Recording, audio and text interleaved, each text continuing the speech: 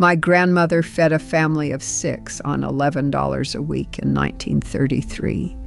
And some of those dinners were so good that 90 years later, I still make them every month. She wasn't alone. Millions of Italian immigrant women pulled off the same magic trick through the worst economy in American history, turning stale bread, garden scraps, and a few cents of pasta into food people now pay $30 a plate for in Brooklyn restaurants. But most of these recipes never got written down. They lived in the hands of Nonnas who measured nothing. Today, I'm giving you 25 of them, each one still under $5. Let's start with the one that saved more Italian families than any bank ever did. Pasta e fagioli. A pound of dried beans cost pennies in 1932, and my grandmother stretched one pot of it across 3 days. Beans, broken spaghetti, a spoonful of tomato, garlic, and the secret that separates the real thing from the restaurant version, which is a Parmesan rind simmered in the broth until it goes soft.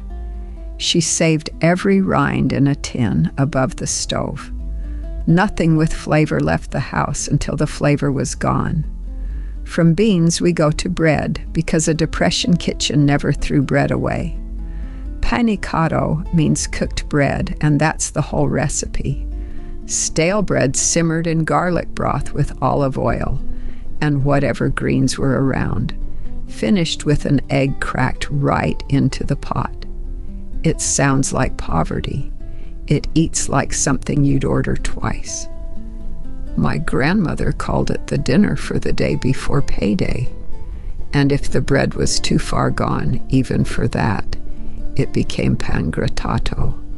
Toasted breadcrumbs fried in olive oil with garlic and anchovy, tossed over spaghetti. Southern Italians called it the poor man's Parmesan, because cheese was a luxury and crumbs were free. Here's what surprises people. The crunch makes it better than cheese on certain pastas. That's not nostalgia talking, that's texture. Aglio e olio comes next, and it barely needs an introduction. Spaghetti, garlic, olive oil, chili flakes. 4 ingredients, maybe $1.50 today. The Depression detail everyone forgets is the pasta water. Nonna never drained pasta into the sink without catching a cup of that starchy water first, because that's what turns oil and garlic into an actual sauce instead of greasy noodles. She'd have wept watching people pour it away. Then there's pasta e patate, which sounds like a mistake. Pasta and potatoes, 2 starches in one bowl. However, this dish is exactly why the mistake thinking is wrong. The potatoes break down and go creamy. The pasta cooks right in the pot and drinks the starch, and you end up with something closer to a silky risotto than a carb pile. Neapolitan families lived on it. Mine still requests it by name. Eggs carried these households through the hardest winters, so the next few meals lean on them. Eggs in purgatory first. Tomato sauce simmered in a pan. Eggs poached straight into it. Bread for dipping. Dinner for 4 off a single dozen's worth of eggs, and the name alone got kids to the table. The frittata di pasta might be my favorite piece of Depression engineering. Leftover spaghetti, already sauced, gets beaten with a couple of eggs and fried into a cake you slice like pie. It was lunch, it was dinner, and it went into workers' lunch pails cold because it's honestly better at room temperature. Yesterday's dinner became tomorrow's lunch, and nobody felt cheated. Pastina with butter and egg is the smallest recipe on this list, and the one that makes grown adults cry. Tiny star pasta, a knob of butter, an egg stirred through while it's hot, so it turns velvety. This was the sick day meal, the sad day meal, the meal for a kid who wouldn't eat. Every Italian American I know over 40 goes quiet when you mention it. Now the garden meals, because the backyard was the real grocery store. Ciabatta is the big one, a summer stew of whatever the garden gave that week. Eggplant, peppers, potatoes, zucchini, tomatoes, all collapsed together with olive oil until the vegetables stopped being separate things. No two pots ever tasted the same, and that was the point. It cost nothing in August. It froze for January. Cucusa deserves its own moment. It's a Sicilian squash that grows up to 3 feet long on a vine that takes over a fence in one summer, which is exactly why immigrants planted it. One plant fed a block, stewed with tomato, onion, and its own tender leaves, then poured over bread or pasta. Old Sicilian men still compete over whose cucusa grew longest, and I refuse to believe that's only about the squash. Escarola beans follows the garden logic to church. Bitter greens wilted into garlicky white beans, a dish so tied to Italian-American life that it shows up at both funerals and Sunday dinner. The bitterness is the feature. It cuts the bean's starch, and it taught a generation of kids that food doesn't have to be sweet to be worth finishing. Dandelion greens go one step further, because Nonna didn't even buy those. She picked them from the yard, and from your yard too if you weren't watching. Boiled to tame the bite, then fried with garlic and oil. Free food, rich in iron, harvested with a paring knife and total confidence. Neighbors thought she was crazy right up until they tasted the plate.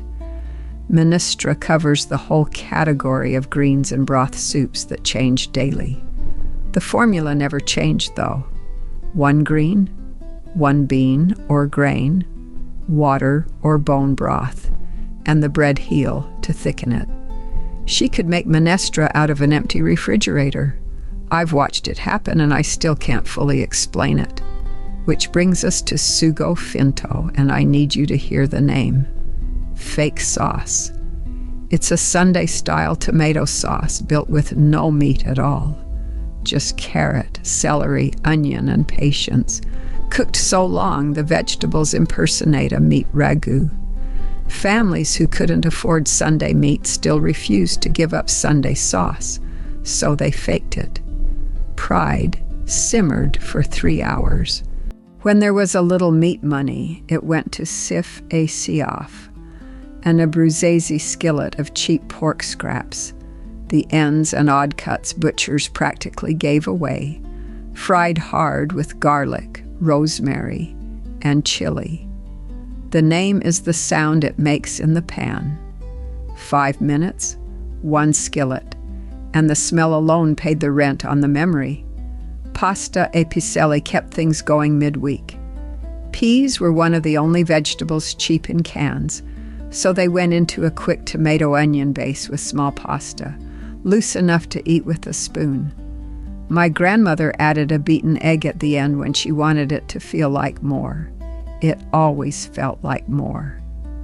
Lenticchie, plain lentil soup, was the money dish in every sense. Italians already believed lentils brought wealth in the new year because they look like little coins. During the Depression, the superstition got serious. A pound of lentils, 1 carrot, 1 celery rib, and you'd fed everyone for under $2 even today. Hope and dinner in the same pot. Polenta fed the Northerners the way pasta fed the South, and it fed them for almost nothing. Cornmeal stirred over the stove for an hour, poured straight onto a wooden board in the middle of the table. And here's the part younger people don't believe. There were no plates. The family ate their way toward the center, sometimes toward one sausage sitting in the middle for 6 people. The person across from you was your competition and your dinner company at once. Riso e verza, rice and cabbage, was the northern cousin of pasta e patate. Cabbage cost almost nothing all winter and got sweeter the longer it cooked. Softened in oil, simmered with rice and a rind, finished thick enough to stand a spoon in. It's the dish nobody photographs and everybody finishes. Then comes the one that sounds most like desperation and delivers the most joy. Pizza fritta. No coal oven at home. No problem. Dough fried in a skillet until it blisters, then either salted or dragged through sugar. In Naples, after hard times, it was sold on the street on credit, eat today and pay in 8 days, which tells you exactly how much people trusted their neighbors and how little cash anyone had. Kids thought it was a treat. It was a shortage wearing a costume. The potato and egg sandwich was the American side invention, born in New Jersey and New York tenements. Fried potatoes and scrambled eggs stuffed into a hard roll, carried to construction sites and factory floors by thousands of Italian laborers. It's still on deli boards across Jersey for about $4, which might make it the only sandwich in America priced like it remembers where it came from. Bacala takes the next spot, and it needs context because salt cod is no longer cheap. In the 30s, it was one of the cheapest proteins in the store, a board of dried fish that kept forever without an icebox. Soaked for 2 days, then stewed with tomato, olives, and capers. Refrigeration was the luxury. Bacala didn't need it, so the poor ate fish while the rich bought ice. Stuffed anything comes in near the end because it's less a recipe than a philosophy.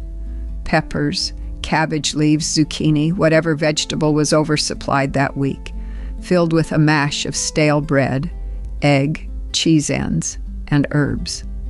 The filling was the meal, and the vegetable was the plate you could eat.